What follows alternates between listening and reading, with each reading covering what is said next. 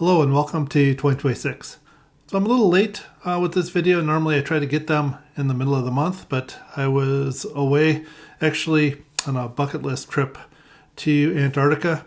Had a fantastic time, and that got me thinking about photographing wildlife, especially when you're not in control of the agenda, whether it's time of day, locations, which definitely falls into, I think, the situation for a lot of people when they travel, whether they're going to Africa for a safari, going to someplace like Alaska to photograph bears up there, Churchill, kind of name your place. You're really at the mercy of whoever is running the trip. And a lot of times when we go on these kinds of trips, unless we're going on a specific photography workshop, which this was not one of those, you really have to kind of make do with what you're given. That being said, you can get some pretty amazing photos as long as you're just willing to approach it with the right mindset. So for me, one of the goals was obviously penguins, and to try to photograph penguins, both close up as well as also provide a little bit of the environment. And in fact, what I typically like to do is I typically like to really look at it in terms of three different types of photos. One would be photographing individuals, and that could be a very tight close-up, or it could be one of them with a little bit of the background showing, but really just having just that one individual in the frame. The second is to show interaction between either various individuals or various penguins in this case, or interaction with me, or at least with the camera, not necessarily with me, but just happened to look that way. And then third, and I think this is one that's often overlooked, is to show the subject in its environment. Where do these things live? How do they cope with what's going on around them? So trying to get some of those shots. So obviously this can be a bit more challenging than I just made it seem. What I find works well is when I show up at a location, it's very easy to be overwhelmed by everything that's going on. So I start with the big picture, and I start looking for those overall environment shots. And then from there, I can now start to narrow in and look for little groupings. And I really try to find something that is going to spark something in the viewer's imagination, something that they can put a story around. So if we look at these next three images, this was a pair of penguins. I don't know if it was a male and a female, if it was two arguing over it, but be that as it may, as I looked at these three sets, and I took obviously more photos of these two than this, but I had these three shots come out that I really thought told kind of an interesting story when put together. In the first, it looks like the one is asking permission maybe to go hang out with his friends at going to get some kelp or something like that, just going to be gone for a couple of hours, and then being told in the second one, no, you've been out all week, it's your turn to stay home. And then in the third shot, a little bit of sadness as a result. So I thought that was kind of a interesting sort of set of photos. Another example is we have these photos of these chin straps on a hillside, and we can see all kinds of interactions going on. Some are calling out, some are looking at each other.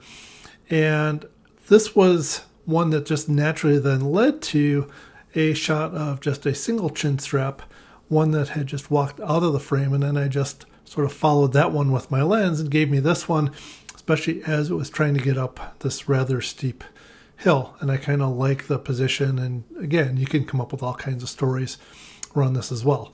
And so for me, this works pretty well, is to go from that large view to then looking for the groupings, and then to look for individuals from there.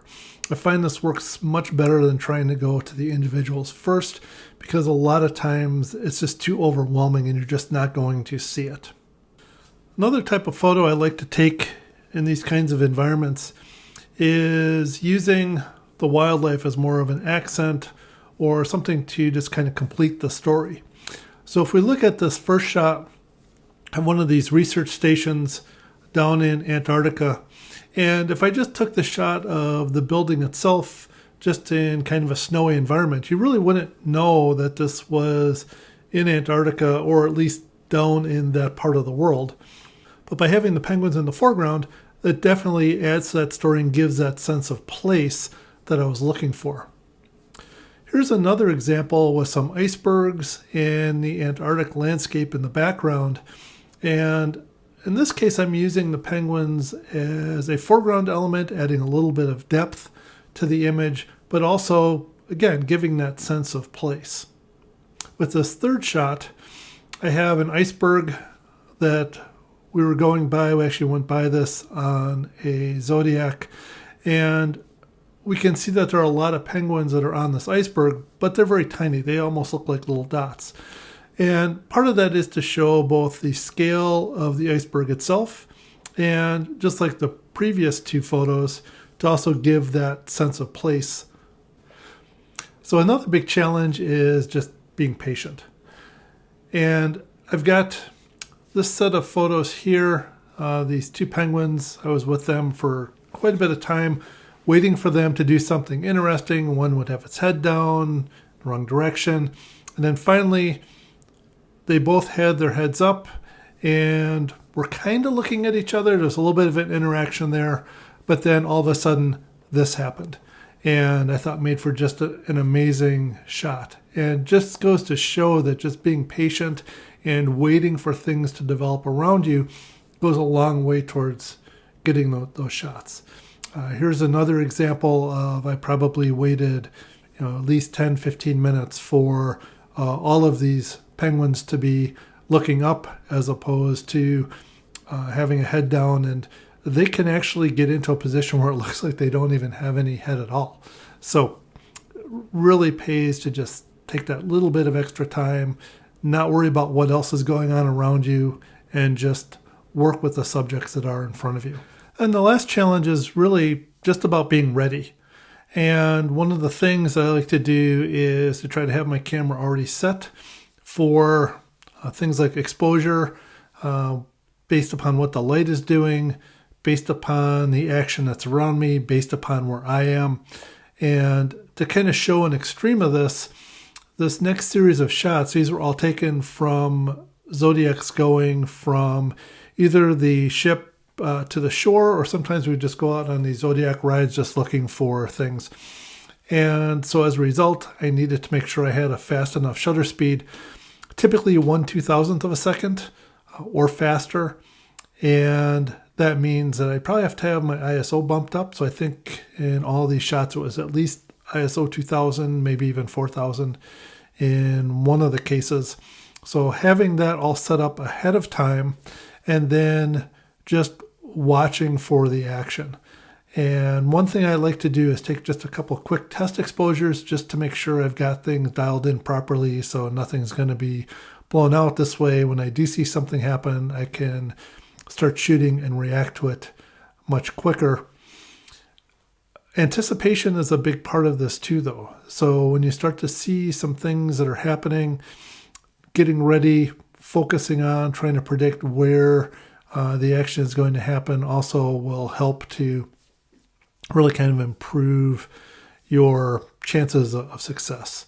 And so here's 3 photos of penguins that are swimming, doing something called porpoising, where they jump out of the water. It's actually how they breathe. That's when they get their air before they go back underneath. And they are very, very fast, but it makes for some really, really fun photos.